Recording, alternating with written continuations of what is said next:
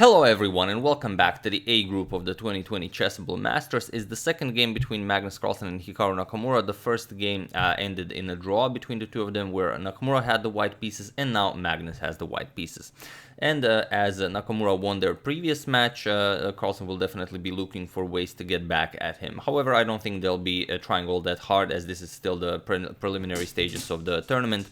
And I think they'll be saving their main weapons for the knockout phase of the tournament. So without further ado, let's check it out. It's quite the game.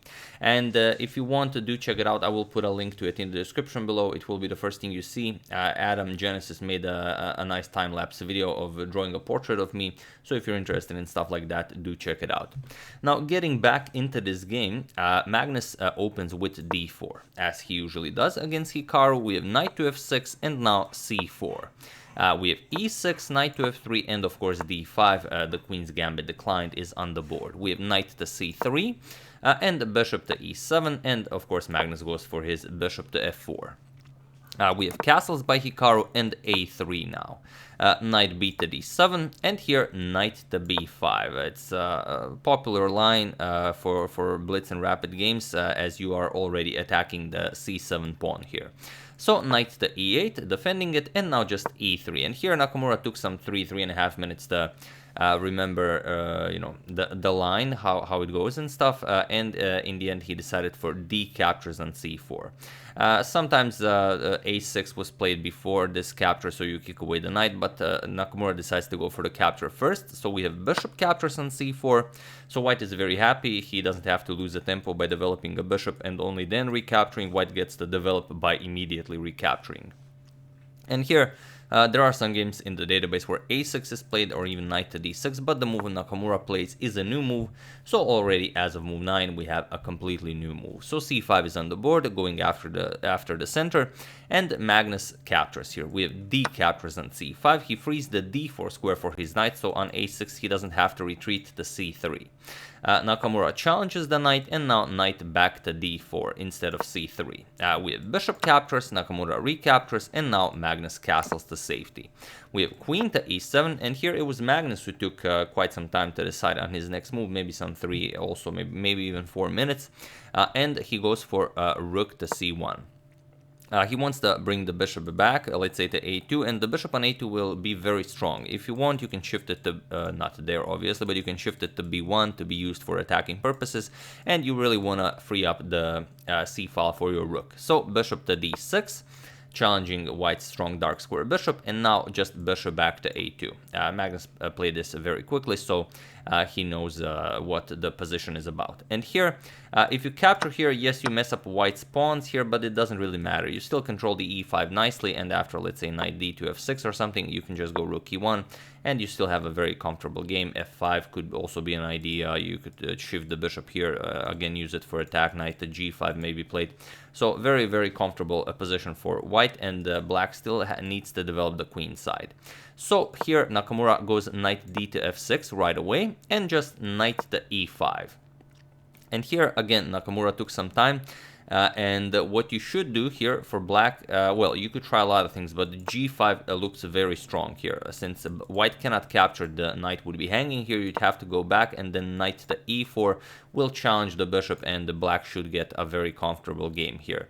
However, Nakamura went back. As he played knight to f6, he now goes back knight to d7, and here, after a short think, Magnus goes for the absolute brilliancy here, but feel free to pause the video here and try to find the move to solve the position from the thumbnail while I give you a couple of seconds. So for those of you who were able to do it, congratulations on spotting that the queen doesn't have all that many squares and the bishop is very vulnerable here. And for those of you who just want to enjoy the show, it's knight d to c6. And here, black's entire position just falls apart. The problem is, well, obviously you can capture the knight, so let's explore that first. If you capture the knight, the other knight captures, now threatening the queen, and the queen has to leave the defense of the bishop. So let's say you move queen to f6, just bishop captures here, and it's just an incredibly difficult position to play for black. For example, if knight captures, queen captures, you already have some threats threats of knight e7 check, picking up the bishop, and then while removing the defender of the knight, just pick it up. And there is no easy way of defending this, and still you don't have ways of developing. The rook has nowhere to go, the bishop has nowhere to go since the knight will be under attack. You cannot play rook d8 since the knight covers that. It's just a disgusting position to play for black. So after this knight d to c6 move, you could try something else. However, it's not all that easy. For example, you could try moving the queen, let's say queen to f6, but it also doesn't really work because you will find ways of removing the queen. So knight g4 attacks the queen, and if queen g4 trying to go after the knight, just bishop captures here. And again, after knight captures, you don't recapture right away, but first knight e7 check, just picking up the queen, and it's game over.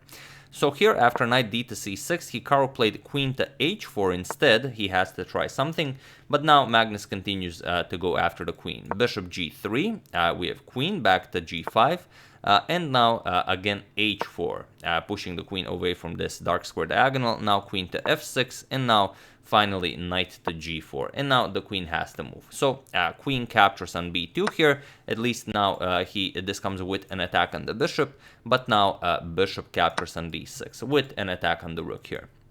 And now the problem is, if you go for the bishop first, then knight e7 check is extremely strong. First you remove the knight out of harm's way, and after king h8, just queen captures here. Again, you have the same threats, doesn't really matter. Even if black captures the bishop, you can just pick up the bishop here, or just even rook captures, and after captures and captures, you will pick up the knight finally, as this is kind of the theme of the combination. Knight e7 check picks up the bishop on c8, and you are up a piece, of course, completely winning. So here, after bishop captures on d6, Nakamura played b captures on c6 first, removing this knight, but this comes with a price of the exchange. So first rook c2, not allowing the queen to capture here, queen back to b5, and only now bishop captures on f8, and here Magnus is up the exchange. Knight captures on f8, and now Magnus even goes for h5. So up material, and he goes for the probably most complicated move here. It's complicated because if the queen captures, you don't have knight f6 picking up the queen, since the knight can capture and the queen is defended. However, after this queen captures on h5, you do have queen to d8, and now, I mean, who can calculate what's happening here? It's impossible for black to develop. Like if captures, then you capture here, and you don't really have all that many options. But it is definitely playable for black. However, Nakamura played h5. He doesn't want to allow Magnus to continue pushing his pawn, and now queen to f3, putting pressure on the c6 pawn. And here Nakamura does go after the h5 pawn. So queen captures on h5, we have queen captures on c6, and now knight to c7.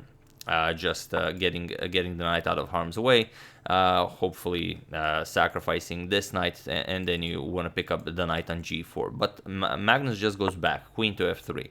And now he introduces the threat of rook captures on c7, but also knight to f6 check will pick up the queen now. So Nakamura goes knight d5. He covers the f6 square. Now, again, you cannot capture. If you capture it, then the queen will capture. You no longer have any knight f6 check threats.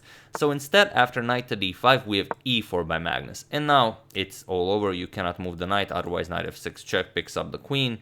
So you might try something like e5, which is what Nakamura did. He opens up a double attack on the knight here. But here, Magnus just played the simplest of moves. He played knight captures on h6.